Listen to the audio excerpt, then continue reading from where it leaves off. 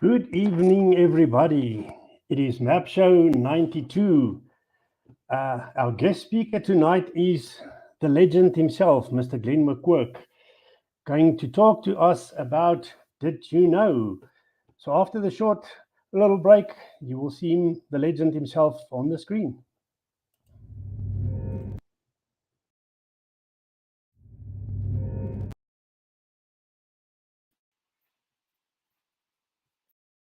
Thank you so much, Henny.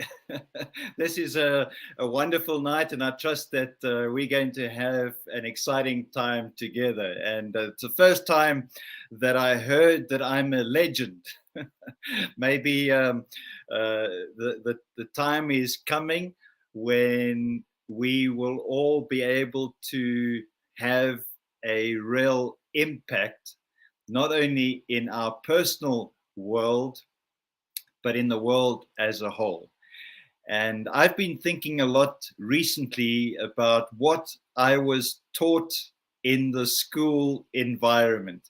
And I'm not too sure whether you can remember your school days as well as I do. My first day at school is still clearly burned in my mind. It was the most exciting day of my life. I had my first argument with my teacher. And of course, she won, but she was wrong. I still say that today. And but anyway, that's a story for another time. And you know, the one thing that was very clear to me as I look back on my schooling career, my university career, was that entire system is all about conformity. It's about getting you to think in a certain way. You know, if you school an animal or a horse, for example, you school a horse in show jumping, then the horse can do show jumping. If you school a horse in racing, it becomes a racehorse. And of course, there are different names used or different origins of the word school. And in a certain language, the word school talks about a school of fish. In another language, we talk about school and it refers to schooling something. And then, of course, there's the Greek origin of the word school, and that means leisure. And this is probably the true meaning of school, because when you think back on your school days, you probably remember the fun times that you had, and you're less likely to remember the formulas that you learned in mathematics or the sentence structures that you learned in the language class, but you might remember the relationships you had. So I'm questioning the whole concept of school, because I seem to think, and I'm beginning to appreciate perhaps, that people who come out of the schooling system are no longer someone, but they are something instead. So when I finished my university degree, I got my BSc in engineering, I would go around proudly telling people that I was no longer a person, I was now an engineer. And maybe you are no longer a person, perhaps you're an accountant, or maybe you're no longer a person, you're now a sales executive. I don't know what thing the system has conditioned you to believe you are. But I believe that you are unique in every way. You are a one of a kind, never ever created in the past, and will never ever be created again in the future. So maybe the first thing about this concept of did you know should be this: did you know that you are unique? that you are a one of a kind, that you are a masterpiece, that there is no one else like you. And if that is the case, in all likelihood, there is something special that you are designed to deliver, to bring. But this is not the main focus of my message with you this evening. I may share a few other side notes with you as we discuss this concept of did you know? And I've just got this image that's in my mind right now, and it's a picture of a poster that was explained to me many years ago while doing training, or rather delivering a Map for Life training program. And this poster had a big block in the center.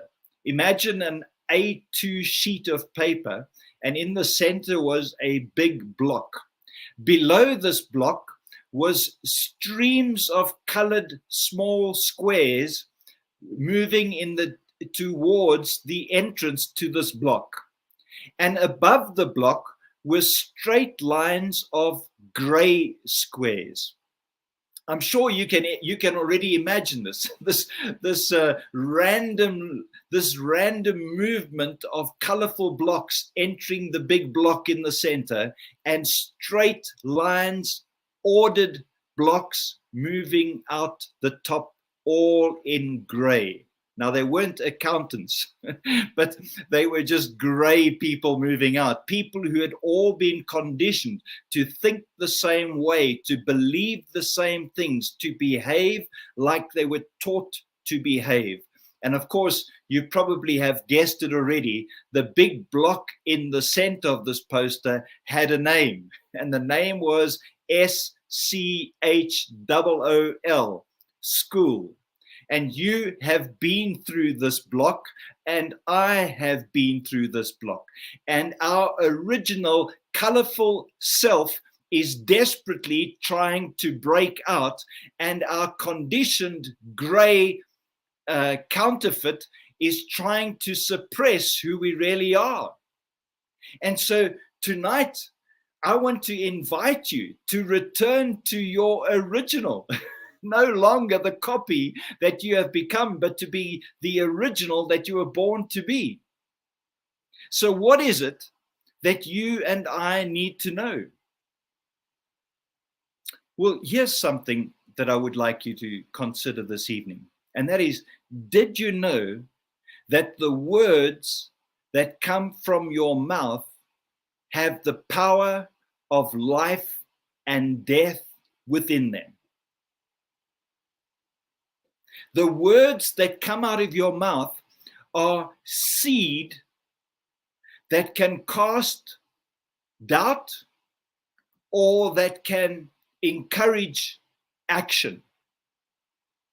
The words that come out of your mouth can take somebody and give them hope for the future, or can result in hopelessness. The words that you speak, when you say yes to something, it gives it life. When you say no to something, it stops it dead in its tracks. The words that come out of your mouth are incredibly powerful. But here's the thing. There are more words that mull around inside of you than words that actually come out of you.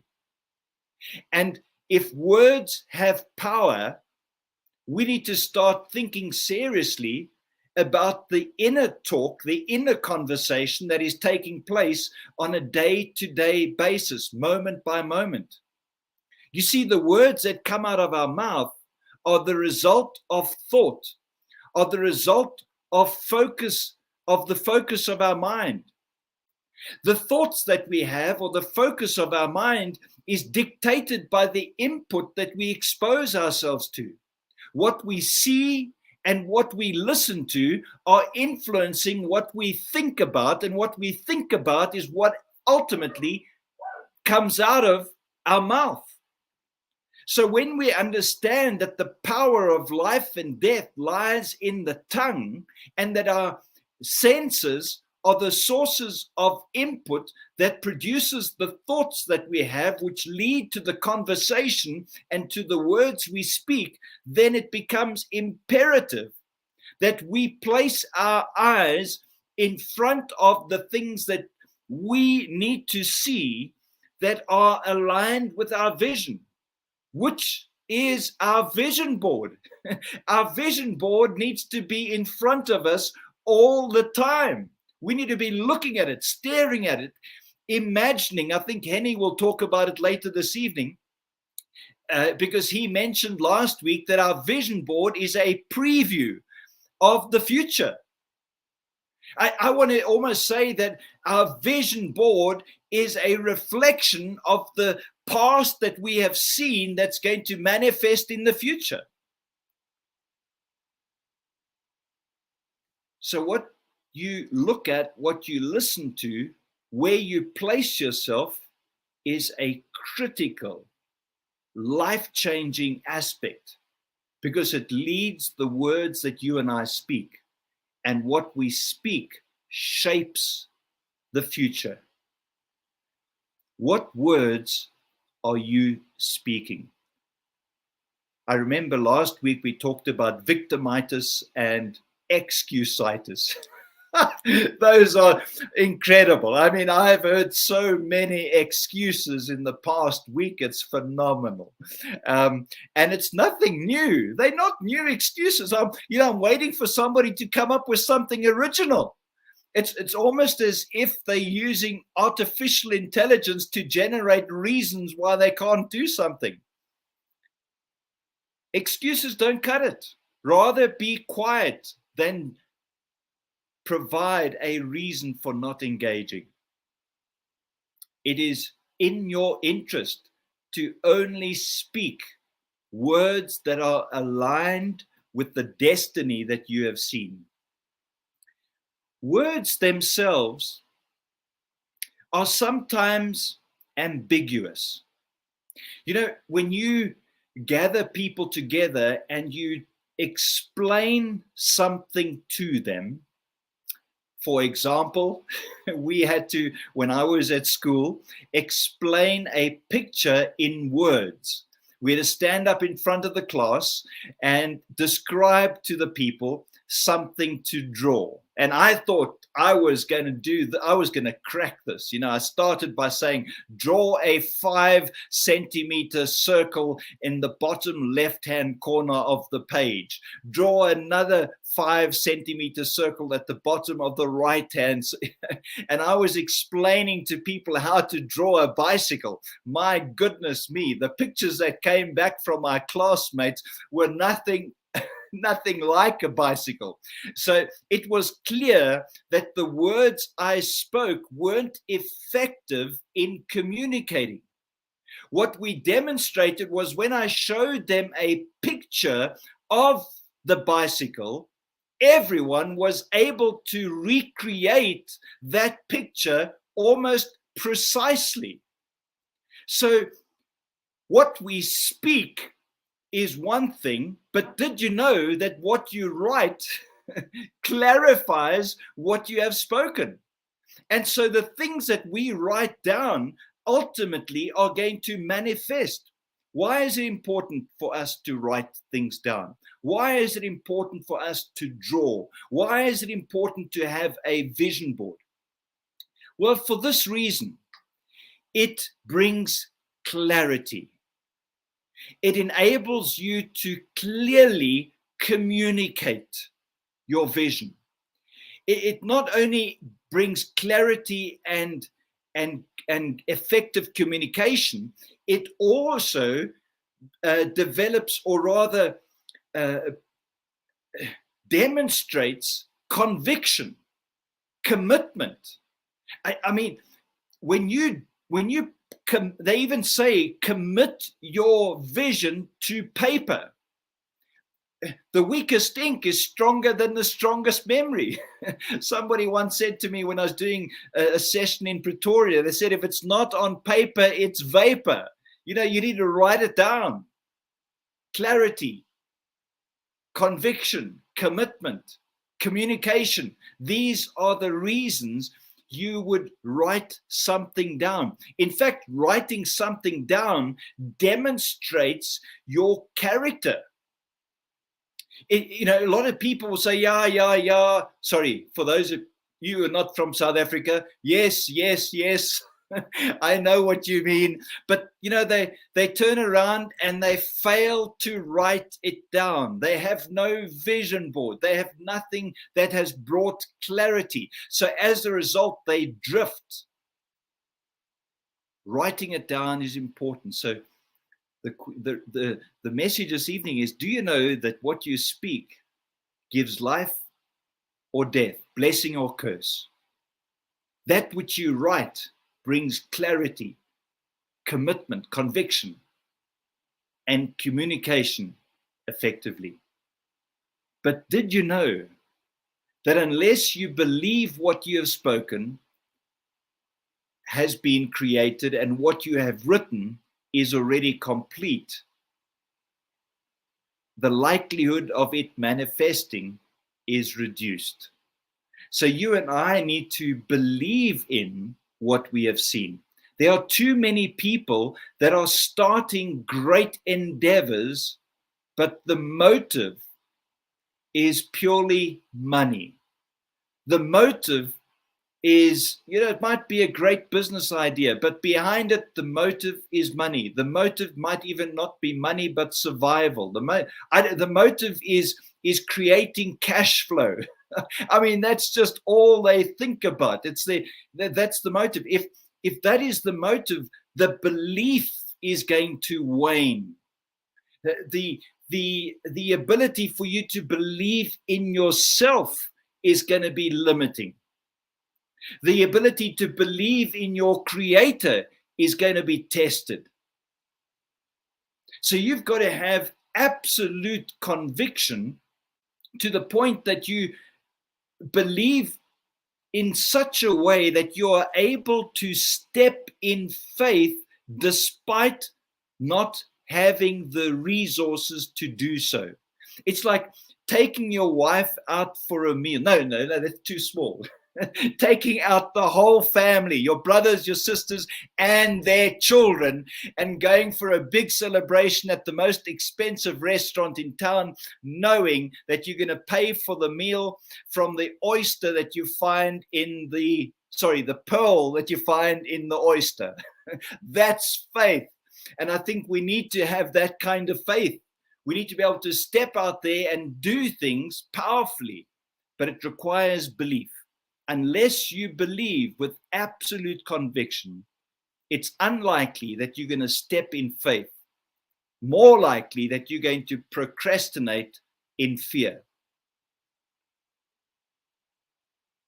The final thought that I want to leave with you today is one that relates to legacy. And, Henny mentioned the word legend. I think legends are born from some form of truth. Some myths have an early start. They say most myths that are read about today had some truth in the beginning. They're based on a factual story. So if we talk about legacy, then there's something important that you and I need to do. And I want to talk not only to you as a guest listening in this evening, participating, or a panelist tonight, but it is paramount that you and I finish what we start. There have been so many ideas of things that I have had in my life that I started with great gusto. I started with great enthusiasm.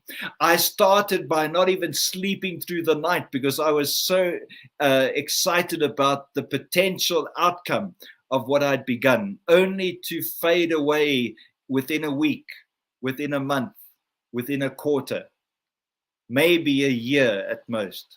I was an exceptionally good starter, but I quit over and over again. I used to disguise my ability to quit by saying to people I was a poor finisher. I mean, what is a poor finisher? A poor finisher is not a poor finisher. A poor finisher is somebody who doesn't even cross the line. You and I need to cross the line. It doesn't matter how long it takes.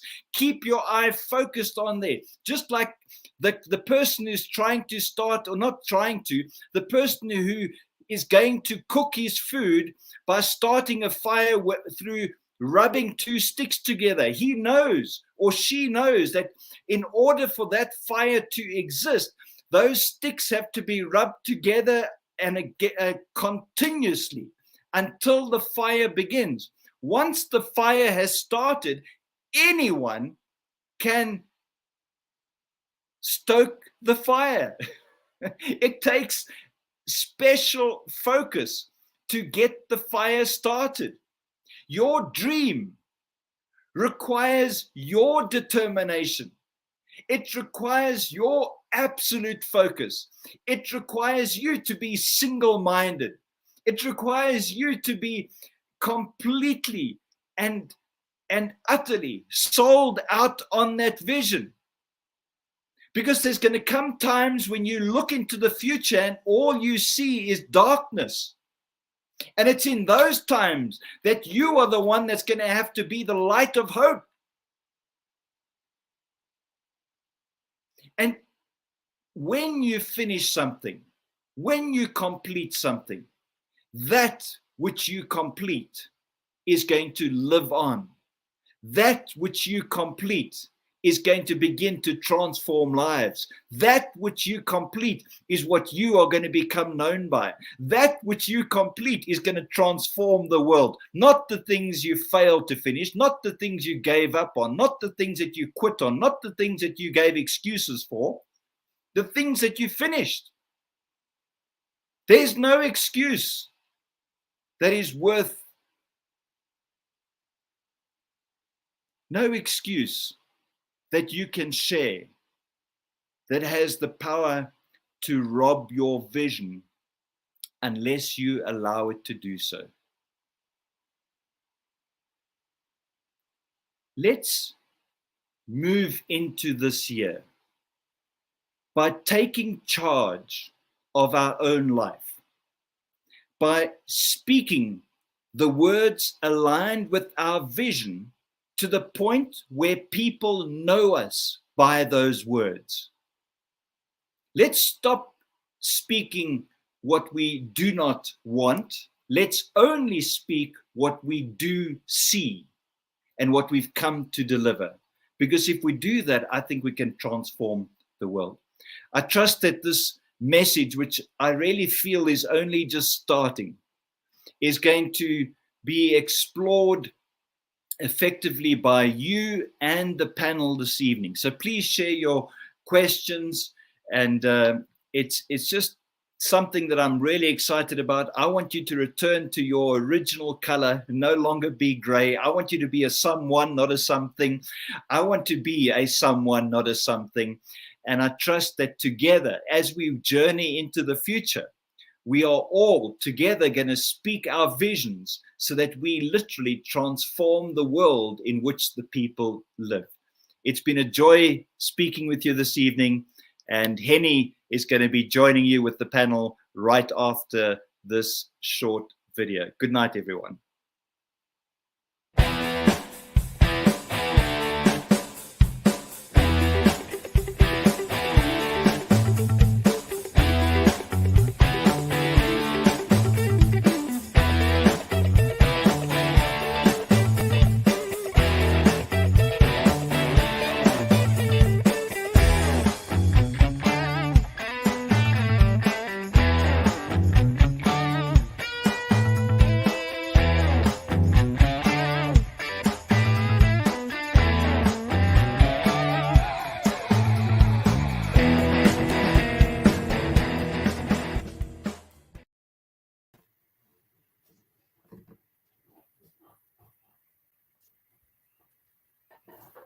Glen just gave us this really motivational talk about Did You Know?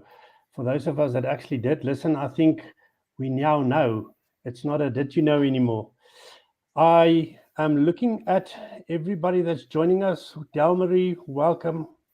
If there's anybody else joining, please feel free to post your comments. I'll keep an eye on that. I really want you all to be part of the session, to have a real impact on what we will be discussing. I think what we do is, let me introduce the panel first, and I must just find something quickly and do this so you can see the different people. All righty. What I'm going to do is I'm going to ask both of you, Marvin and Rian, to just quickly spend 30 seconds to just introduce you to the people that doesn't know you yet. So over to you, Marvin.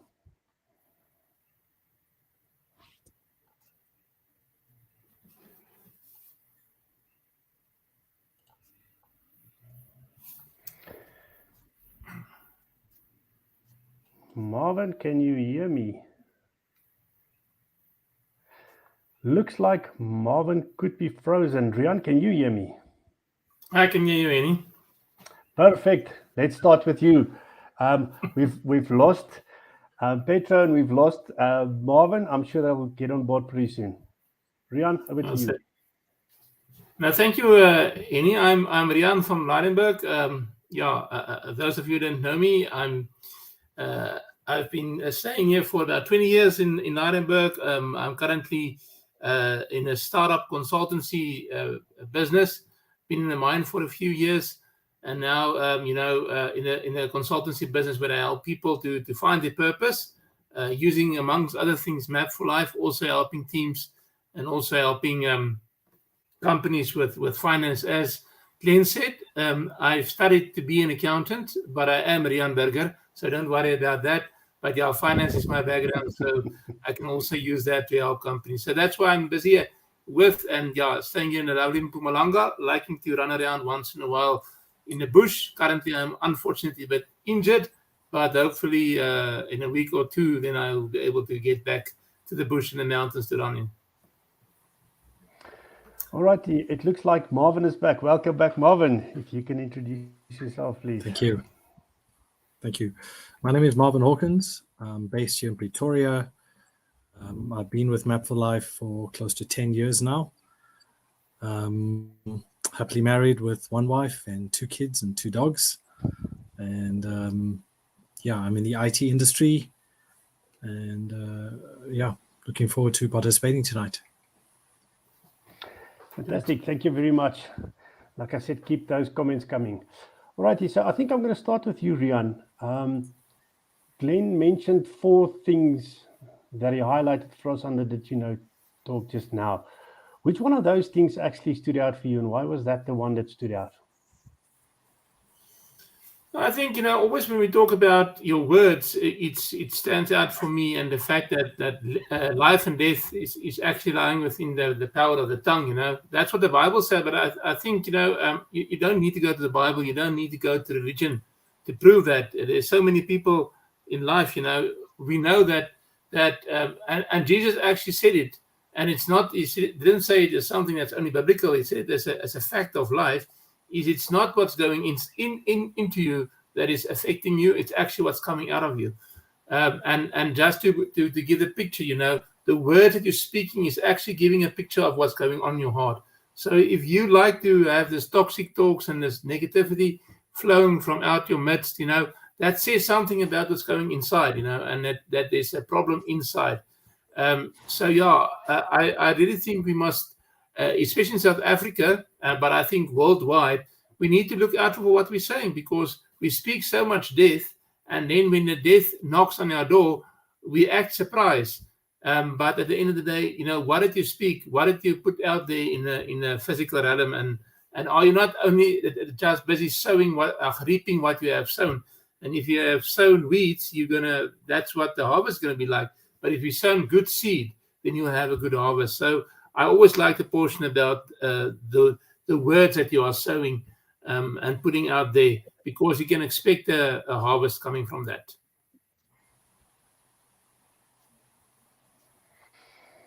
Thank you very much. Yeah, that's so true. I think we always underestimate the power of words. In Map Cafes, we had this conversation a month or two ago as well, where we started saying that we need to start building up a dictionary with different words. Don't call something an obstacle. Maybe start calling it an opportunity, because your mindset is very different if you hear that specific word. I think we sort of coached to react to certain words in a certain way. So maybe we need to get past that. All righty. I can see Petro is back as well. Let's get him on screen. See if I can get him on screen. While he's getting on screen, Mervyn, what is that one thing that stood out for you? I like what Glen had said when he said, when you write, what you write down clarifies what you think.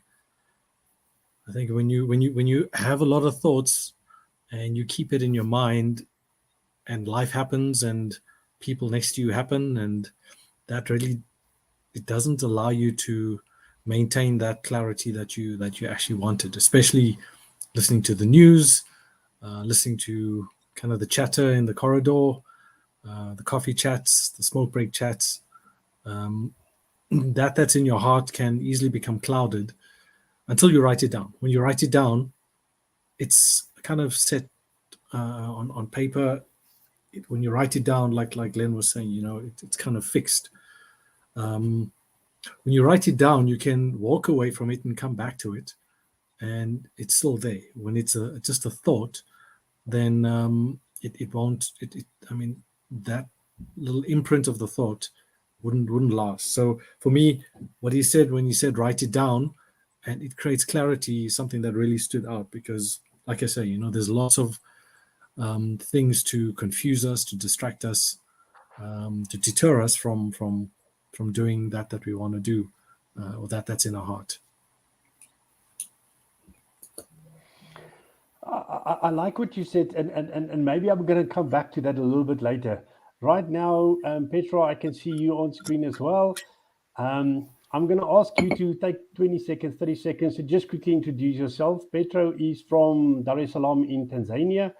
And then, Petra, what I've asked the other two gentlemen on the panel was to say, what is the one thing out of Glen's talk that stood out for you? So if you're ready, introduce yourself and then let us know what you thought was that one thing that stood out. And I know it's a difficult thing to ask. Over to you. Yeah, thank you very much, Hani, Ryan, Marvin, and Glen as well. So my name is Petro James, dialing in from Dar es Salaam, Tanzania. I'm glad I'm in this show today. Connectivity was a bit of an issue, but I'm glad I'm in, and I've enjoyed the show from the beginning. So for me, what stood out, basically, I'm continuing enjoying Math for Life, which is what I get this message for today. Did you know? So for me, I'm asking myself that question, and I'm still discovering. Did you know that Math for Life is a really life-changing opportunity, a way to go? So that's what I'm asking myself. So just to put in one word that for today's session, what I'm saying is something that is blowing your mind, having an inquisitive, like the question that we ask ourselves, did you know that you really could have existed today? So a lot of questions that will come out for you to ponder and to think about it. So yeah, it's a nice show. So I will contribute more as we go along in the session. So I enjoyed the opening remarks from Glen. It's an eye opener for us all to think about our life. As we think about our schooling system, as we think about our lives, then we need to discover ourselves and move on. Given that we are very unique, God has given us, as blessed us with a lot of talents, a lot of potential. So we need to believe it and take it away with us to transform the lives of other people, transform life of ourselves, society, to make this world as a better today and tomorrow. So that's it. Thank you. Thanks, Petro. So if I look at what Glen said, he started off with the talk and the did you know, and he actually listed 4 things there. He started off with the words or the speaking, and then he spoke about the clarity, which is actually writing it down. Thirdly, what he then did, and we've lost Marvin again. Thirdly, he spoke about the belief of doing it. And then lastly, he spoke about the legacy. Now, if I look at those four things, the way that he's delivered it, it sort of looks like it is a process to me. Would you agree with that? Is that a logical process that you would follow, to say you would start speaking something, you would start writing down something, then you would believe that it can actually be achieved, and by doing that, a legacy will be born? Is that as simple as that, to believe something like that? Can I put you on the spot, Rian? What is your thoughts on that? Yeah, I think it's important because, like I said, you start off with what's coming out of the mouth is actually showing what's inside the heart. So, adding on to what Marvin said, we sometimes need to just order our brains, and we need to start writing down. So it's always a good thing, We also have this thing sometimes when we do strategy, we tell the guys to diverge, to go big, to put everything on there, and then we converge again. Then we take lots of things and we make it 3 or 4, and then you go out and in. So I think that writing process is really the process of sorting out, and that's what we learn in Map for Life as well, to write down, what's going on in your head, and then to actually start saying, but if I look at these things that's going on, I can see a pattern, and I can actually start seeing the future, and I actually start feeling what my purpose is. And at the end of the day, I think what's very important is then to say, but if this is my purpose, let me start committing to it. And when I start talking it, when I start writing it down, when I start believing it with my heart, let me also commit to see this through. Because I think it's a big problem that then also referred to, is that we start with all these different horses, but every horse runs away, and after a few years, then you have no horses to show. You've got no energy left, and you're just running. And people ask you, but what have you been doing? And you don't really know what you've been doing, because you've just been chasing horses. Thank you. Petra, your thought of that? Is it as simple as following a structured process? And I'm not sure that Glen actually purposefully, but knowing him, there might be logic behind the way that he's done it. Looks like Petro might be dropping now. I'm going to jump to you, Marvin. I'll get back to Petro. I think it is as simple as that, Henny. I think, when you simplify things, that's when the chances of things becoming a reality is higher. Like Rian was saying, like you were saying, the important thing is capturing that thought and putting it down on paper or just any sort of device. Once it's down, it's easy for you to show that and share that with somebody. By sharing it with somebody, as the Bible says, when 2 or 3 agree upon something. But if it's in your head, it's hard to show it. It's hard for somebody else to buy into that vision. Once it's written down, once there's a picture associated with it, it's then easier for those around to buy into the vision. And I think, one important thing that I really love about MAP is MAP encourages you not to get caught up by the how. All you need to focus on is the what and the why. The how becomes somebody else's problem. And there's so many examples of that very principle. Once you define the what and the why, which starts out as a thought and then written down, and you share that with somebody, it becomes believable, and they help to make it a reality. Those around you that you share this with. So it is as simple as that. It is as simple. I quickly want to share Del Maria's posted something very important, I think. To think positive and speak positive, even in any given negative situation, thus becoming an overcomer of any situation that's not positive. There is a possible opportunity in every situation. I do agree with Del Marie. I think everything that happens to us is actually a decision that you have to make on how you treat that. I can see something as very negative, or I can see it as a learning opportunity. I read a quote somewhere where it says, you either win or you learn something. And I think that is so true. But that's based on your mindset. So if you are very open in what you want to learn from this world out there, it's going to be there. Adding to what you were saying as well about the big why, I've been a business analyst for about 22 years now. So my job is really to go and sit and talk to people and find out what they really want. And the funny thing is, even in business, a lot of the time people can tell you what they don't want, but they can't really tell you what they actually want. And the process for me then is to try and extract what we call requirements from them and put it on paper. And the key thing, the magic happens when that is on paper, because all of a sudden they start seeing their own processes and how that actually works. And then they start disagreeing with the processes. Why are we doing it this way? I don't know. You told me and I just wrote it down. And I think the magic starts happening there, where they start looking at what was written down. Now it starts making sense to them. Now they can see the flaws in their process. And that's the way to start improving something. That's the baseline. So I think for me, in terms of writing things down as well, in IT as well, Marvin, that's putting down a baseline. That is saying that is how things are right now. If I have to write it down exactly the same in 2 months' time, that means I haven't grown.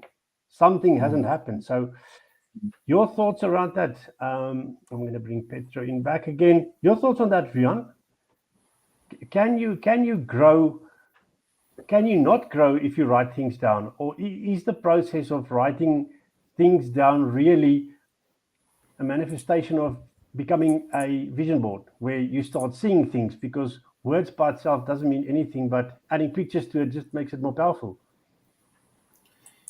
I think writing is but a tool, but there's definitely scientific proof as well. That's why when you study for anything, they will always say, what you have studied, go and write it down, make a summary or do whatever you need to do. And the fact of the matter is, I've been always a person through my professional life that I keep my diary with me. In the meetings, I sit and make notes. The reason is not that I'm going to go back to those notes because I forgot what was said in the meeting. The reason is I hear something with my ears, I see it with my eyes, and I make a note, and that just completes the circle. So I think that writing is but a tool. It doesn't guarantee that if you write something down, you're going to do it. And that's why I think Glen's also referred to that we all found it in our lives. We go through old notes, or we find an old diary or an old journal or whatever, and we say, "Wow, I actually forgot about this." So the fact that I've written it down doesn't really mean anything in terms of it's guaranteeing that you're gonna do it. But the fact that you're writing it down is definitely closing a scientific loop that you are fixing it. What I would suggest is, and I think we've touched on the vision boards tonight. But even Habakkuk says it in the Bible. He says, "I'm going to write down what God tells me. I'm going to put it where I can see it."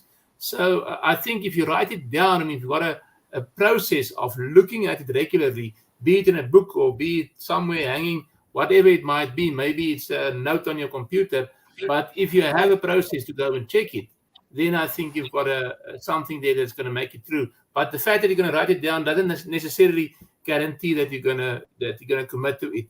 But use that and get a process, because something happens in the brain, in your, what do they call it, the neurospace, when you start writing it down. Marvin, from your side, you spoke about the write down, gave you clarity as well. And if I remember correctly, that was the thing that stood out for you. Can you perhaps share with us an example or two where you wrote something down that actually materialized without you thinking that it would happen? Absolutely. I want to share a quick little thing. So I actually did a talk called "The Power of Writing Things Down," and I was quickly looking at my notes. And one of the things I wrote down, which said, each day define what it is that you by writing it out. So it says here also, a short pencil is better than a long memory, and crystallizing that's in you is what will result in that'll come alive. Every year at work, we start off by writing out what we call a win plan. I'm in sales on the IT side. And in our win plan, we need to put down kind of a vision of what you want to achieve at the end of the year. And that can be literally anything. So it's literally a mini vision board. And that's your goals that you'll be held accountable for. Come kind of every quarter, we review that and see if you're on track. And at the end of the year, you get rated on your accuracy in terms of achieving that. Every time I've written that down, I've managed to achieve almost everything that I've written down. So I'm a walking testimony of writing stuff down and materializing. Each year, as you know, is a different year and has its own challenges and stuff. When we do well in our company, we get rewarded with an incentive trip. At the kind of halfway into COVID and the lockdown, and when things were quite difficult, that was the time that I really zoned in on the stuff of writing stuff down and really believing and working the plan after you've written it down, working a plan to make sure that it realizes. At the end of that year, I managed to achieve my goals, got rewarded with an incentive trip where my wife and I went away. And so this happens almost every year for me in my life. I in our MAP cafe that we run here in Pretoria, it's something that I've been challenging the team to do in terms of writing things down. The team members that have done so have actually achieved what they wanted. And what they wanted could have been kind of a promotion at work. It could have been buying their own house or buying a car, something material. And in other cases, it's something linked more to leaving a legacy. But the fact that they've achieved a small little thing like buying a car that they were hoping to buy, that in itself is what's left a legacy for them, and more importantly for their family members below them, who might not have come from a privileged background. They can now see that the impossible can become possible. If you can do it, I can do it. Fantastic. Thank you very much. Petro, from your side, can you maybe share with us an example or two or something that you put down, that you wrote down, that actually then materialized, or something that you put on a vision board that became a reality? Yeah, definitely. I'm a living testament. So one thing that I remember very correctly, like 2 years ago, I put my timetable, like how my day will look like every day. So I wanted to make like something very unique, that if I wake up in the morning, there is a bigger things that I need to do. I may change during the course of the day. So before, I was not even writing, so I was just trying to remember myself when I wake up. But later on, I came to realize that if I don't write, sometimes I skip here and there. Then I got a behavior of writing. Of course, through Math for Life, that gave me that kind of an instruction. So when I wrote it down, I never forget. Like if you tell me to write my timetable for tomorrow, I will write just on the spot, because I've done it a couple of times. So writing basically is like revealing. Revealing means that it's something that it's in your thoughts. So you want to come or show it. So if you write, that means you are revealing that something, or you are putting it to light, maybe somewhere where it's easy being seen. So writing for me is like you memorize something, then most of the time you might forget something, but if you write, it becomes very easy to refer. And not only to refer, but it becomes very easy to go and maybe if you want to change something, to improve. So you can only achieve that by putting it down. So writing is very powerful.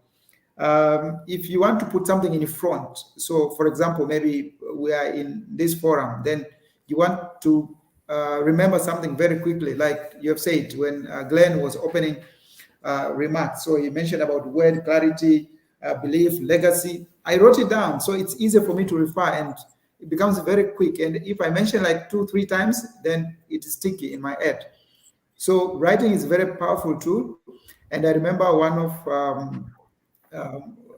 lectures that I normally attend, like all of us will be testimony.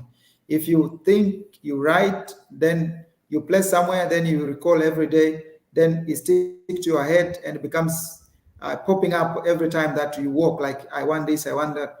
So it becomes very easy, and for you it's very easy to achieve, rather than You don't write, you say you memorize, but you forget at the end of the day. So writing is very powerful. And even what we're discussing today, like, did you know that writing is a powerful tool for you to achieve your dream? That is fantastic. It's something that we need to encourage doing ourselves, or maybe telling people that, do you want this? Yes, write it down. Put it in front of you. Every time you check it, then you can achieve. So writing is very powerful.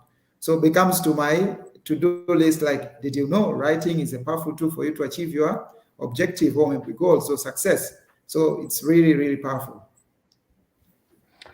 Thank you very much.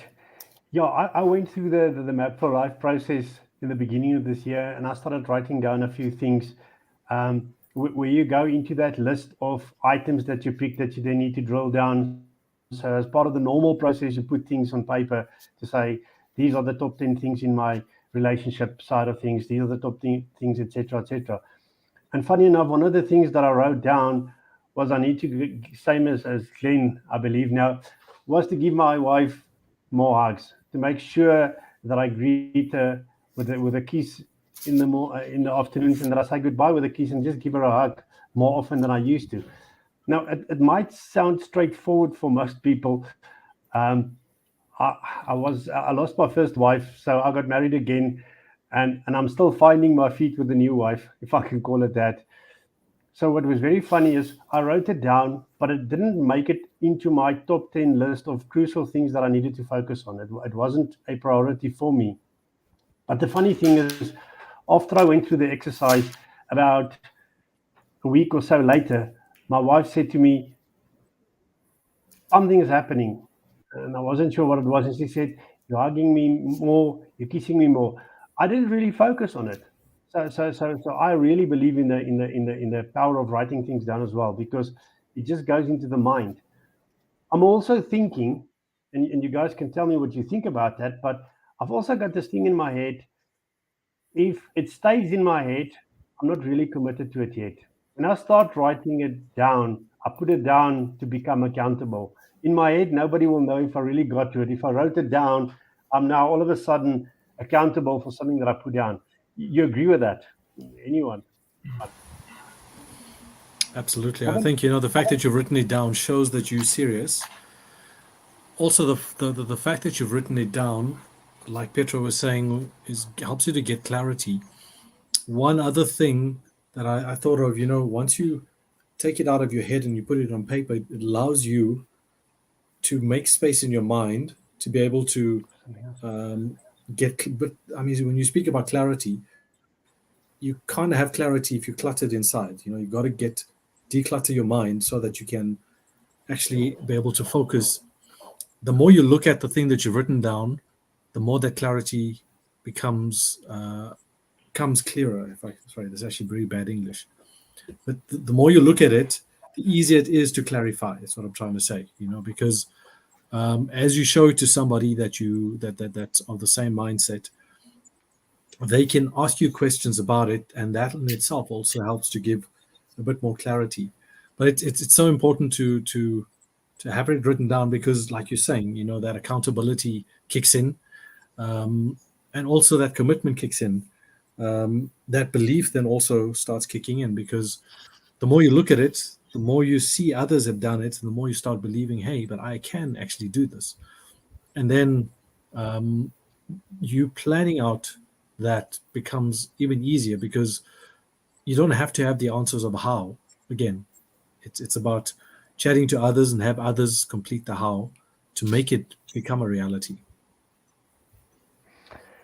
Thank you. Savio Nguadi, welcome aboard. I can see you guys also putting something down for us. Rian, quick question. Can I get to the stage of belief without writing something down or having a vision board? I think it's everything is possible. Like I said, writing is but a tool, and we need to remember that we all have different doors into our brain. Some people are mathematical, some are arty people, some are different. I think writing or even drawing, we speak about words, but I'm not sure what Pedro is doing, but I know that you guys are IT guys. I'm an accountant, so we like to write, and we most probably verbally inclined, But you get people obviously that's artistic, and the way that their brain work is, and that's where the vision board comes in. They draw something, or they create this little statue or whatever the case might be. So I don't think it's a be all and end all, but I think you need to know yourself. How does your brain work? How do you get things to work in there? But definitely, I think I almost want to say with any door into your brain, writing definitely works because it reminds you and it makes it easier. But I don't think that you cannot get to your vision if you haven't written it down. And I think it's all down to the circumstances. Through life. At the stage in China, the Christians were very much persecuted, and they weren't allowed. So what they did is they took the Bible and they literally shared pages or chapters of the Bible. And once they have eaten that one chapter or two chapters for a week or two, they swap. At the end of the day, they have memorized the whole Bible, but I haven't anything to show for it. They can't show you one piece of paper, because if they found that paper with them, it would have been a different story. Now, I know that's a bit extreme, but what I'm saying is, yes, try to write it down, but also know how your brain works and how you can drop things in your memory and what it takes you to commit. So writing is a big tool, but it's not the only tool. So there's other ways to also activate the brain and the processes to activate these things and to actually work. What do we say? Take meaningful action. To take meaningful action, different people does it in different ways. Exactly. Petro, from your side, the third thing that Glen spoke about was really that belief. Can you maybe share with us an example or something where the belief came very strongly through for you?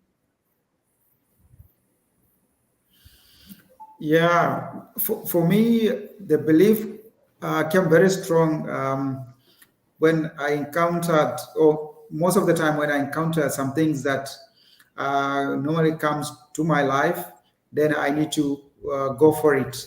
Like, for example, when I encountered More for Life, then quickly it's something that came to my head. Like, I believe this is something that is it's working. So when I did that, then I took a step like, okay, how do I go about it? Then it's having that next step of action.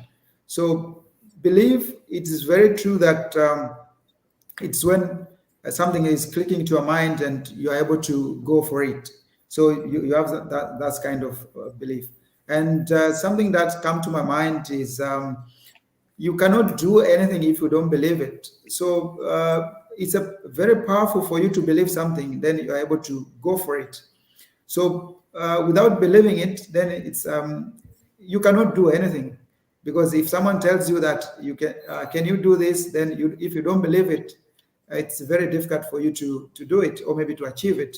If you don't know the meaning of it, then it's useless so to do it. So for me, coming across of believing, it's what makes you getting to the point that you're able to feel like this is something very valuable, or something that I'm doing, it has a meaning. And because you're expecting something, because when you believe something, is that there is a cause of action that you need to do so that you can get something out of it. So there is that kind of calling for you that there is something good coming out of it, then the belief comes in. Then coming a question of you believing it and you put it down in terms of action that you need to do. Yeah, definitely. You have to have a way of putting something down, documenting. Like when I can see various versions of More for Life, I got to know More for Life in 2019. So there is kind of versions that are coming out. So when people started believing More for Life and then coming with a different version to improve, then that's when writing down becomes very important, and believing in that this tool is working and improving now and then. like we have a vision now to take MAP for Life for different languages. That means we can connect many people. So that is a belief, and by taking action, then we're able to change. And when people now discover that MAP for Life is in a different language, they'll be so surprised, but they don't know where is it coming from. But it is that kind of belief, which I believe this year, that was a dream that came out from these sessions. Then we're able to implement it. So yeah, it's very powerful. You need to believe something, and then you can put an.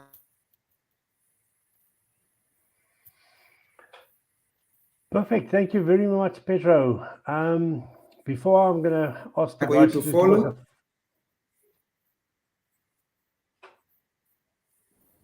I think it's stuttering a bit. Before I give the guys a chance to close off, welcome, Linda. Linda says conviction and commitment on my mind. I agree. That is something strong that comes through. And Delmarie said, a course to take action, nothing less. Delmarie, I'm thinking, based what you're saying there, is belief can almost be that, a course to take action. If I believe in it strong enough, that's the only way that it will happen. Then there's nothing less. Alrighty, guys, thank you very much for your inputs tonight. Thank you very much to all our online people as well. Thanks for the comments that you guys wrote. Let's go around. Rian, your last word of advice to people. Yeah. At the end of the day, we need to control what's within our control and leave the rest to God. When Peter walked on the water, the only thing that was expected from him was to get out of the boat. The rest of the miracle was done by Jesus, not by him. And we are sometimes so stuck in like Marvin has said a few times tonight, we are so stuck in the how, how will it happen? Let's leave to God what God only can do, and let's do what we can do, and that is to get up and get out of the boat. Thank you. Marvin? I think just to add to what Rian is saying, write stuff down. Our Map Cafe had a big focus last year to write everything, journal everything, every voice that you hear in your head, every thought, just so that you can get clarity on what's happening on the inside. The more you do that, the more you can actually define whose voice you're listening to. Once you define whose voice you're listening to, you'll know what's your influence, what's driving you. Once you get all of those other voices out of your head, you'll be able to know that your voice is your voice, and you'll identify it because it'll give you a tear of gratitude. It'll give you that warm feeling. It'll give you that proud feeling. It'll give you that sense of commitment as you write it down. And don't do life alone. Share it with people around you that you trust. Share it with people that are like-minded, because they can hold you accountable and they can keep you on track and make sure that you do what you say you want to do. And they'll answer the how, of course. Thank you very much. Pedro, final words from you? Yeah. For me, I just recall the message from Glen, like you need to look at your words because your word can change your life. Your word can miserably take you to the different direction if you don't watch that, and you need to keep quiet if you feel that you may not be able to change whatever you want to do. So you need to be mindful of your word. And for me, I just took a point that if not in paper, then it's a paper. So it's to encourage us to ensure that whatever we are thinking about, and we're able to talk about it, and we're able to take an action, and that can create our behavior and characters that they define our destiny. So it's very important for us to keep that in mind, that we need to know that by writing becomes very sticky to our mind, and we're able to achieve that. And our words are very important to be very careful in terms of what we think and what we talk. So we need to walk our talk, and we need to be committed and a conviction to what we're thinking about. Thank you very much. Thank you very much for everybody's participation. I hope to see you next week, same place, same time at 7 o'clock. That's it for now. Thank you very much. Bye. Thank you. Have a good day.